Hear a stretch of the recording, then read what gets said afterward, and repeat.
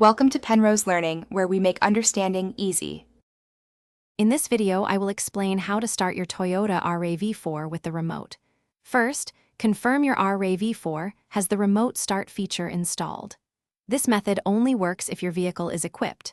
Next, ensure all doors are securely closed and locked. The system requires the car to be fully secured before activation. Finally, be aware of your distance. The remote start typically works within about 80 feet. Now, let's walk through the simple steps. First, press the lock button on your key fob one time. This prepares the system.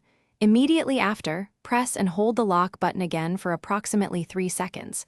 You'll see the parking lights flash, indicating the signal was received.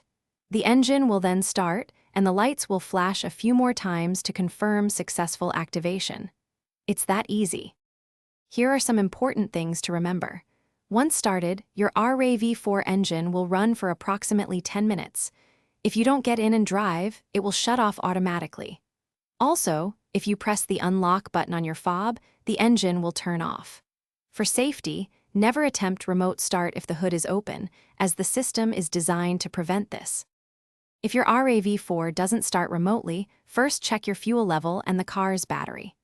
A low battery or empty tank can prevent activation.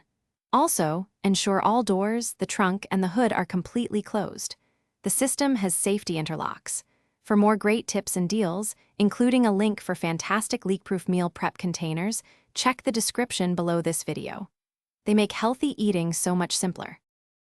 Thanks for watching. If this was helpful, leave a like and consider subscribing. See you next time.